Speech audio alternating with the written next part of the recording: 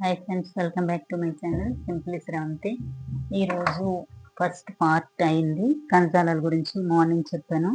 ఇప్పుడు మళ్ళీ ఫాస్ట్గా ఇంకా చెప్పేస్తాను. ఇలా చెప్పడం వల్ల నాకు కూడా యూజ్ అవుతుంది. నేను ఒకసారి చదువుతున్నాను, రివిజన్ అవుతుంది, నాకు కూడా యూజ్ అవుతుంది. ఇప్పుడు ఫస్ట్ కణజాలాలు, విభాజ్య కణజాలము, శాశ్వత కణజాలంగా విభజన చెందాయి కదా. కణజాలాలు ఎన్ని రకాలు? విభాజ్య కణజాలం, శాశ్వత కణజాలం. మళ్ళీ శాశ్వత కణజాలాలు ఎన్ని రకాలు? సరళ శాశ్వత కణజాలము, సంక్లిష్ట శాశ్వత కణజాలము. సరళ శాశ్వత కణజాలాలు ఎన్ని రకాలు? మృదు కణజాలము, స్థూలకోణ కణజాలము, దృఢ కణజాలం గురించి నేర్చుకున్నాం. నెక్స్ట్ మృదు కణజాలం అంటే ఏంటి? వదులుగా ఉంటాయి, కణాంతర అవకాశాలు ఎక్కువగా ఉంటాయి. స్థూల కణజాలం అంటే వంగే గుణం కలిగి ఉంటుంది, తక్కువ కణాంతర అవకాశాలు కలిగి ఉంటాయి అని చెప్పాం కదా. నెక్స్ట్ దృఢ కణజాలం తీసుకుంటే ఇది ఎక్కడ ఉంటాయి? నాలుక పుంజాల చుట్టూ ఉంటాయి, గింజలు విత్తనాల చుట్టూ ఉంటాయి, విత్తనాల చుట్టూ ఉన్న గట్టి కవచాల్లో ఉంటాయి. విత్తనాలలో కాదు, విత్తనాల చుట్టూ గట్టి కవచాల్లో ఉంటాయి. అక్కడ మనం ఆప్షన్స్ బట్టి పెట్టుకోవచ్చు.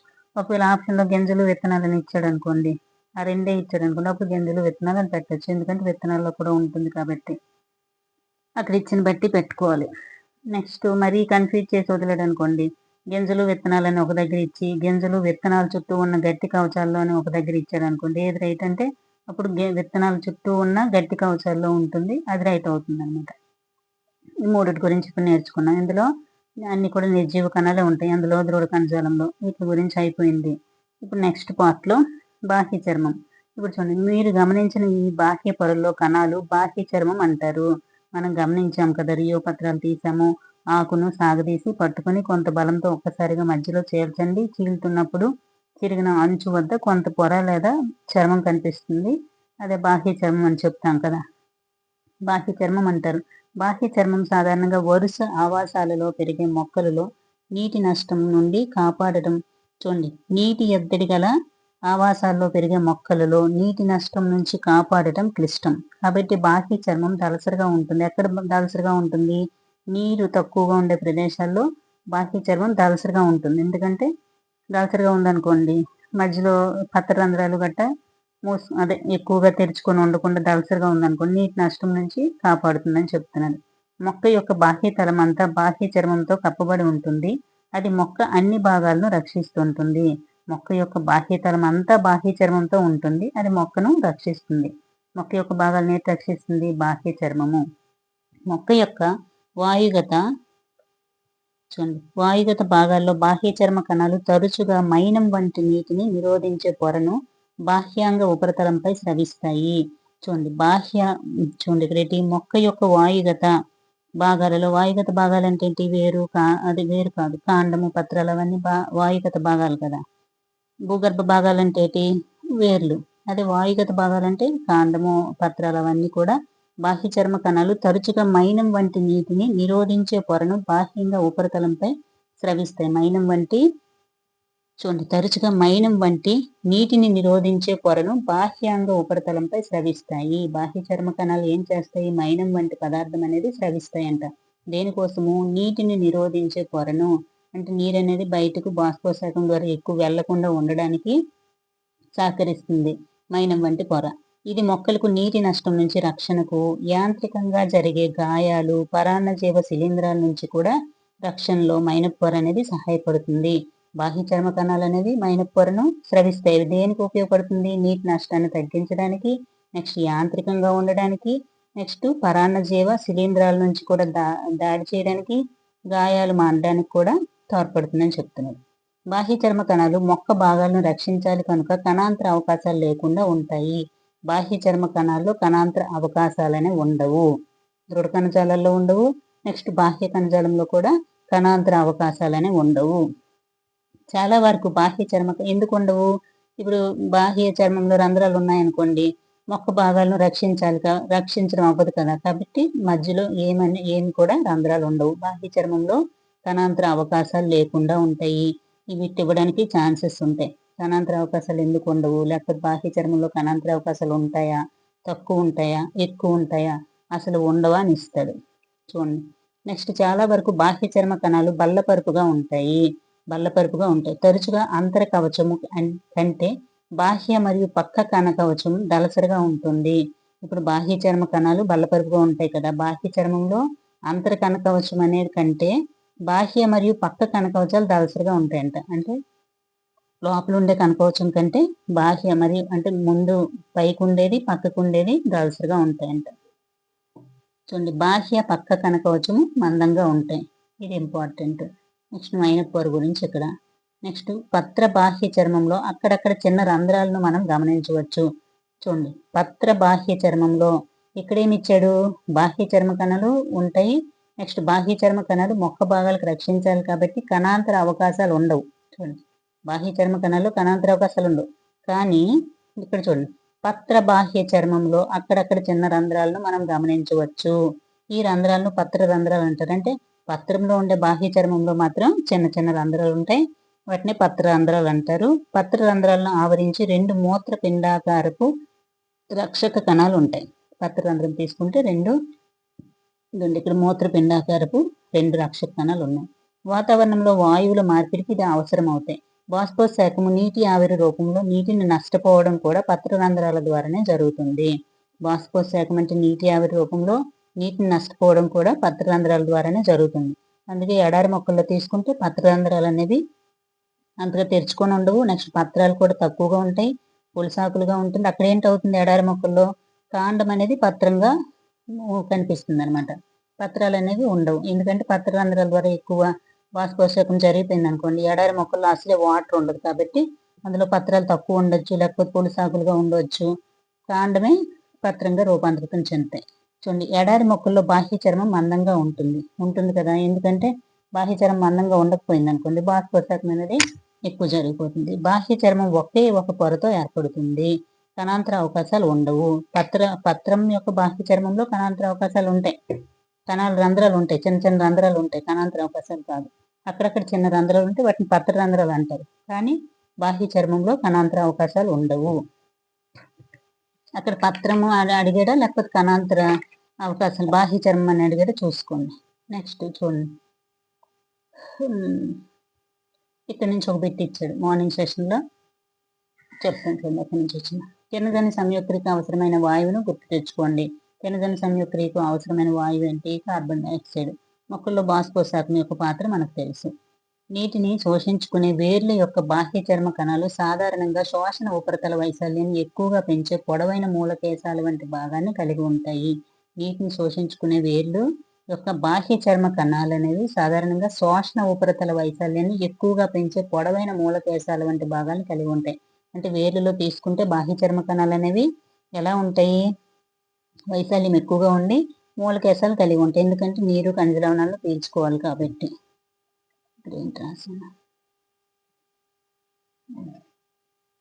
నెక్స్ట్ బాష్పోత్సేకం ఆవిరి రూపంలో పత్ర రంధ్రాల ద్వారా ఏర్పడుతుంది. బిందు స్రావం బిందువుల రూపంలో. ఇక్కడ నుంచి బిట్టిచ్చాడు ఏంటి, గడ్డి మొక్కల్లో ఏంటి జరుగుతుంది, బిందు స్రావమా లేకపోతే బాష్పోత్సేకం అని ఇచ్చాడు. ఆ బిట్ ఎక్కడ వస్తుందో చెప్తాను చూడండి. బిందువుల రూపంలో బిందు స్రావం ఎందులో అంటే గడ్డి మొక్కల్లో మాత్రమే జరుగుతుంటుంది. అక్కడ ఏంటి ఇచ్చాడంటే పెద్ద వృక్షాల్లో క్రింది వాటిలో ఏం జరుగుతుందని చెప్పి ఒక దాంట్లో బాష్పోత్సేకం ఇచ్చాడు, బాష్పోత్సేకము బిందు స్రావం కలిపి ఇచ్చాడు, అలా ఇచ్చాడు అనమాట. గడ్డి జాతుల్లో కదా బిందు స్రావం జరుగుతుంది బిందువుల రూపంలో. నెక్స్ట్ చూడండి, ఎడారి మొక్కలు వంటి కొన్ని మొక్కల్లో బాహ్య చర్మం దళసరిగా మైనపు పూత వంటి ప్యూటిన్ జల నిరోధక శక్తి కలిగిన రసాయనిక పదార్థం బాహ్య ఉపరితలం పైన ఉంటుంది. దీనికి కారణం ఆలోచించగలమా? ఎడారి మొక్కల్లో ఏటుంటుంది, బాహ్య చర్మం పైన దళసరి మైనపు పొర పూత గల ప్యూటిన్ ఏం చేస్తుంది, జల నిరోధక శక్తి కలిగిన రసాయనిక పదార్థము, అంటే జల నిరోధకం అనమాట, చేస్తుంది. ఎందుకు ఉంటుంది బాహ్య చర్మం పైన దళసరి మైనము పొర లేకపోయింది అనుకోండి, వాటర్ అంతా ఆవిరి రూపంలో వెళ్ళిపోతుంది కాబట్టి అది ప్యూటిన్తో ఉంటుంది. జల నిరోధకం అంటే జలాన్ని బయటకు పంపించుతుంది అనమాట, వాతావరణంలోకి పంపించుతూ నిల్వ ఉంచుకోవడానికి ఉపయోగపడుతుంది. చెట్టు కొమ్మ యొక్క బాహ్య చర్మము లేత కాండం యొక్క బాహ్య చర్మం కంటే భిన్నంగా ఉంటుందా? చెట్టు కొమ్మ యొక్క బాహ్య చర్మము లేత కాండం యొక్క బాహ్య చర్మం కంటే భిన్నంగా ఉంటుందని అడిగాడు అంతే. మొక్క పెరుగుదల మొక్క పెరుగుతున్న కొలది వెలుపల ఉండే రక్షక కణజాలం కొన్ని మార్పులు చెందుతుంది. వలకలంలో ఉన్న ద్వితీయ విభాజ్య కణజాలము బెండులో ఉన్న కణాలు పొరను ఏర్పరుస్తుంది. చూడండి, ఇక్కడ మొక్క పెరుగుతున్న కొలది వెలుపల ఉండే రక్షక కణజాలం కొన్ని మార్పులు చెందుతుందంట. వలకలంలో ఉన్న ద్వితీయ విభాజ్య కణజాలం బెండులో ఉన్న కణాల పొరను ఏర్పరుస్తుంది. బిట్ ఇచ్చాడు. ఏంటని ఇచ్చాడు? బెండు కణజాలం అనేది దేంతో ఏర్పడుతుందని ఇచ్చాడు. వల్కలంలో ఉన్న ద్వితీయ విభాజ్య కణజాలం నుంచి ఏర్పడుతుంది. ఎక్కడి నుంచి? వల్కలంలో ఉండే ద్వితీయ విభాజ్య కణజాలం నుంచి బెండులో ఉన్న కణాల పొరను ఏర్పరుస్తుంది. బెండులో ఉన్న కణాలు నిర్జీవంగా ఉండి దగ్గరగా కణాంతర అవకాశాలు లేకుండా అమరి ఉంటాయి. బెండు కణజాలంలో కణాంతర అవకాశాలు ఉండవు. దృఢ కణజాలంలో కూడా ఉండవు, రెండు కణజాలంలో కూడా ఉండవు. వాటి కణకవచాలు షుబరిన్ అనే పదార్థాన్ని కలిగి గాలి నీరు చొరపడకుండా చేస్తుంది. చూడండి ఇక్కడ చూసుకుంటే క్యూటిన్ ఎక్కడ? ఎడారి మొక్క వంటి కొన్ని మొక్కల్లో బాహ్య చర్మం దళసరిగా ఉండి మైనపోతుంటుంది, అది క్యూటిన్. ఇక్కడ బెండు కణజాలంలో ఏంటుంటాయి? కణాంతర అవకాశాలు ఉండవు. నెక్స్ట్ సుబరిన్ అనే పదార్థం కలిగి ఉంటాయి. సుబరిన్ అనే పదార్థం దేనికి ఉపయోగపడుతుంది అంటే నీరు గాలి చొరపడకుండా చేస్తుంది. చూడండి నెక్స్ట్ ఇక్కడ ఏంటి రాసింది? దారువు పోషక కణజాలం కణాలు అన్ని ఒకే పనిని చేస్తాయంట. ఇప్పుడు చూడండి వీటి గురించి బాహ్య చర్మం గురించి అయిపోయింది. నెక్స్ట్ సరళ శాశ్వత కణజాలం గురించి నేర్చుకున్నాం కదా. ఇప్పుడు సంక్లిష్ట శాశ్వత కణజాలం అంటే సంక్లిష్ట శాశ్వత కణజాలంలో ఏంటి? సరళ శాశ్వత కణజాలంలో ఏంటుంటాయి? మృదు కణజాలము, స్థూలకోణ కణజాలము, దృఢ కణజాలం ఉంటుంది. అదే సంక్లిష్ట శాశ్వత కణజాలంలో ఏంటుంటుంది? దారువు పోషక కణజాలం ఉంటాయి కదా. చూడండి ఇప్పటి వరకు మనం ఒకే విధంగా ఉండి ఒకే రకమైన కణాలతో ఏర్పడిన భిన్న రకాల కణజాలాల గురించి నేర్చుకున్నాం. అంటే మృదు కణజాలం అనుకోండి ఒకే రక కణాలతో ఏర్పడింది. మృదు కణజాలాలన్నీ ఒక సమూహంగా ఏర్పడ్డాయి. అలా కాకుండా సంక్లిష్ట కణజాలం అంటే రెండు కణజాలాలు కలిపి ఉంటాయి అన్నమాట. చూడండి సరళ శాశ్వత కణజాలాలు అంటారు. అటువంటి కణజాలాలను ఏంటంటారు? మృదు కణజాలము, స్థూలకోణ కణజాలము, దృఢ కణజాలం అవన్నీ ఒకే ఒక కణజాలం, కణాలన్నీ కలిసి ఒక కణజాలంగా ఏర్పడ్డాయి కాబట్టి సరళ శాశ్వత కణజాలం అన్నారు. ఇంకొక రకమైన శాశ్వత కణజాలము సంక్లిష్ట శాశ్వత కణజాలము. సంక్లిష్ట కణజాలం ఒకటి కంటే ఎక్కువ రకాల కణాలతో ఏర్పడుతుంది. ఈ కణాలన్నీ ఒకదానితో ఒకటి సహకరిస్తూ ఒకే రకమైన పనిని నిర్వర్తిస్తాయి. ఇక్కడ ఒకే ఒక కణాలు ఉన్నాయి సరళ శాశ్వత కణజాలంలో, వాటితో ఏ ప్రాబ్లం లేదు. కానీ సంక్లిష్ట కణజాలంలో మాత్రము ఎక్కువ రకాల కణాలతో ఏర్పడుతుంది. కానీ అవన్నీ కూడా సహకరిస్తూ ఒకే రకమైన పనిని నిర్వర్తిస్తాయంట. అటువంటి సంక్లిష్ట కణజాలాలకు ఉదాహరణ దారువు పోషక కణజాలం. ఇవి రెండు ప్రసరణ కణజాలాలు మరియు నాళికా పుంజాలుగా ఏర్పడతాయి. ఇవి రెండు కూడా దేనికి ఉపయోగపడుతుంది? ఏ పనికి? ప్రసరణ కణజాలం. ఈ రెండు హ్యాపీగా చేస్తాయి. దారువు పోషక కణజాలం వేరు వేరు కణాలతో ఏర్పడతాయి కానీ ఒకే ఒక పనికి అవేం చేస్తాయి? సహకరిస్తూ ఒకే రకమైన పనిని నిర్వర్తిస్తాయి. ఏ పనిని నిర్వర్తిస్తాయి? ప్రసరణకు. ఏంటేంటి అవి? దారువు పోషక కణజాలం కలిపి అంటే సంక్లిష్ట కణజాలము. ఇది వరకు ఏం చెప్పాము? సరళ శాశ్వత కణజాలం అంటే మృదు కణజాలం తీసుకున్నాం అనుకోండి ఓన్లీ అందులో మృదు కణాలే ఉంటాయి. స్థూలకోణ కణజాలం తీసుకున్నాం అనుకోండి స్థూలకోణ కణజాలంలో స్థూలకోణ కణాలే ఉంటాయి. కానీ ఇక్కడ చూసుకుంటే రెండు రకాల కణాలు ఉంటాయి. ఏంటంటే దారువు పోషక కణజాలం రెండు కూడా ఉండి సంక్లిష్ట శాశ్వత కణజాలంగా ఏర్పడింది. చూడండి నాళిక కణజాలం ఉండటం సంక్లిష్ట మొక్కల్లో ఒక నిర్దిష్ట లక్షణం. నాళిక కణజాలం అంటే ఏంటి? దారువు పోషక కణజాలం రెండు ఉండటము సంక్లిష్ట మొక్కల్లో ఒక నిర్దిష్ట లక్షణం అంట. ఇది భౌమ్య వాతావరణంలో మనుగడ సాగించడానికి ఒక లక్షణం. కాండం ఛేదనంలో నాళికా పుంజంలో వివిధ రకాల కణాలు మీరు చూడగలరు అని ఇచ్చాడు. ఇక్కడ ఏంటి చూడండి, ఇక్కడ నుంచి ఇంపార్టెంట్ బిట్ వచ్చింది కూడా చూడండి. ఇక్కడ జాగ్రత్తగా వినండి. దారువు పోషక కణజాలం గురించి మనం నేర్చుకుంటాము. ఇక్కడ నుంచి బిట్స్ వస్తాయి చూడండి. దారువులో దారు కణాలు, దారు నాళాలు, దారు మృదు కణజాలము మరియు దారు తంతువులు ఉంటాయి. ఎన్ని రకాలు? 4 రకాలు ఉంటాయి. ఇక్కడ పోషక కణజాలంలో తీసుకుంటే 5 రకాలు ఉంటాయి. దారువులో తీసుకుంటే 4 రకాలు. ఏంటవి? దారు కణాలు, నాళాలు, దారు మృదు కణజాలము, దారు తంతువులు. దారు తంతువులు ఏంటంటారు? దారు నారలు అని కూడా అంటారు. దారు కణాలు, దారు నాళాలు దళసరి కణకవచం కలిగి ఉండి పరిణితి చెందిన తరువాత చాలా వరకు నిర్జీవ కణాలతో ఉంటాయి. ఏంటంటే దారు నాళాలు, దారు కణాలు, దారు నాళాలు. దారు కణాలు, దారు నాళాలు ఎలా ఉంటాయంట? దళసరి కణకవచం కలిగి ఉండి పరిణితి చెందిన తర్వాత చాలా వరకు నిర్జీవ కణాలతో ఉంటాయి. దారు కణాలు, దారు నాళాలు, నాళాల వంటి నిర్మాణాలు ఇవేమో నాళాలుగా ఉంటాయి, అంటే గొట్టాల్లో ఉంటాయి. ఏంటంటే దారు కణాలు, దారు నాళాలు గొట్టాల్లో ఉంటాయి. నెక్స్ట్ ఇవేం చేస్తాయి? నిర్జీవ కణాలతో ఉంటాయి. పరిణితి చెందిన తర్వాత చాలా వరకు నిర్జీవంగా మారిపోతాయి. ఈ దారు నాళాలు, దారు కణాలు దళసరి కణకవచం కలిగి ఉంటాయి. నెక్స్ట్ చూసుకుంటే దారు నాళాలు వంటి నిర్మాణాలు ఇవి నీరు, ఖనిజ లవణాలు నెట్ట నిలువుగా రవాణా చెందడానికి ఉపయోగపడతాయి. అంటే నీరు, ఖనిజ లవణాలు దారు నుంచి ఏం చేస్తుంది? మొక్క వేర్లు పీల్చుకునేది దారు నుంచి కాండాలకి మరియు పత్రాలకి పంపిస్తాయి. అదే పోషక కణజాలం అనుకోండి, పత్రాల నుంచి తయారయ్యే పోషక పదార్థాలు, ఆహార పదార్థాలని మిగతా మొక్క భాగాలకు అందిస్తాయి కదా. ఇక్కడ ఏం చేస్తాయి, నిటారుగా పైకి పంపించడానికి ఉపయోగపడతాయి. నీరు, ఖనిజ లవణాలు నిలువుగా రవాణా చెందడానికి ఉపయోగపడతాయి. దారు మృదు కణజాలము ఆహారాన్ని నిల్వ చేస్తుంది. ఇక్కడ 4 రకాలని చెప్పాను. దారు కణాలు, దారు నాళాలు. ఇవి నాళాల్లో ఉంటాయి. ఇవి గట్టి కవచాన్ని కలిగి ఉంటాయి. నెక్స్ట్ తర్వాత నిర్జీవంగా మారిపోతాయి. తర్వాత దారు మృదు కణజాలం తీసుకుంటే ఏం చేస్తాయి, ఆహారం నిల్వ చేస్తుంది. దారు నారలు ఇది వివిధ పనులకు సహకరిస్తాయి. దారు నాళల్నే దారు తంతువులు అంటాం కదా. ఇది విభిన్న పనులకు సహకరిస్తాయి. ఇవి గొట్టాల్లో ఉంటాయి, దళసరి కణకవచం కలిగి ఉంటాయి, నిర్జీవ కణాలుగా మారిపోతాయి. నెక్స్ట్ దారు మృదు కణజాలం తీసుకుంటే ఏం చేస్తుంది, ఆహారం నిల్వ చేస్తాయి. దారు తంతువులు తీసుకుంటే ఏం చేస్తాయి, వివిధ పనులు చేస్తాయి. అంటే ఇవి 4 రకాలు అయిపోయి దారులో కంప్లీట్ అయిపోయింది. ఇప్పుడు పోషక కణజాలం తీసుకుంటే ఇప్పుడు చూడండి, ఇది దారు కణాలు ఎలా ఉంటాయి, నాళాల్లో ఉంటాయి. నెక్స్ట్ దారు నాళం, ఇది దారు మృదు కణజాలం. దారు మృదు కణజాలం ఇది అన్నమాట.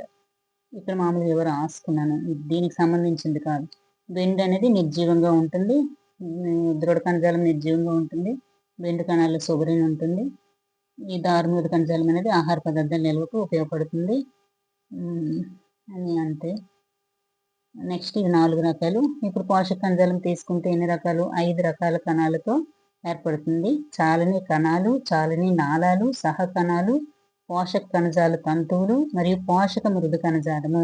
ఇక్కడ ఏంటి ఎక్స్ట్రా వచ్చింది, తంతువులు ఉన్నాయి, నాళాలు ఉన్నాయి, చాలని కణాలు, చాలని నాళాలు, సహ కణాలు ఎక్స్ట్రా వచ్చింది ఇక్కడ వీటితో పోలిస్తే. తర్వాత పోషక కణజాల తంతువులు అంటే ఇక్కడ దారు నారలు కదా, ఇక్కడ పోషక తంతువులు. పోషక మృదు కణజాలం ఇక్కడ దారు మృదు కణజాలం కూడా ఉంటుంది, అంటే సహ కణాలు ఎక్స్ట్రా వచ్చాయి. ఇక్కడ 5 రకాలు. చాలని నాళాలు గోడలు రంధ్రయుతంగా ఉంటాయి. మృదు కణజాలం ఉంటుంది కదా, చాలని నాళాలు గోడలు రంధ్రయుతంగా ఉంటాయి.